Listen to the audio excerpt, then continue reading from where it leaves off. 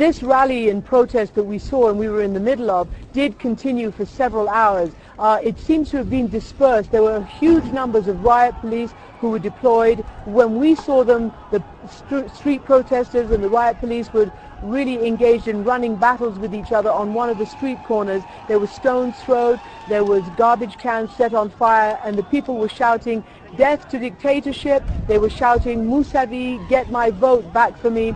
These are the Mousavi supporters, many of them young men and women who we saw out on the street come out to confront their anger and their frustration, and also the riot police who had been deployed on the street. Now, then we also saw them move on to another square and move down in what developed into a march, practically filling the whole boulevard, the main avenue that connects north and south Tehran. And more people started to join, and there were also throngs of people who came out onto the sidewalks, who were leaning out of their windows, on their roofs and balconies, and just standing in side streets watching as this river of protesters marched down towards the south of Tehran.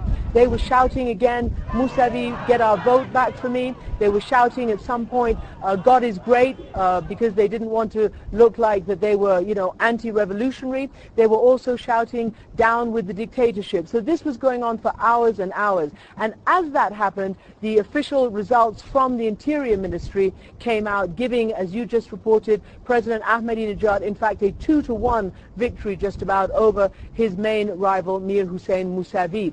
And then the official seal of approval was stamped on this when the leader, the supreme religious leader, Ayatollah Khamenei, delivered a message congratulating the people of Iran on, quote, their epic Friday election, their historic record turnout, and indeed the result. But Mousavi and another reformist candidate also wrote open letters to the people of Iran questioning the legitimacy of the result and accusing of cheating and manipulation by the establishment.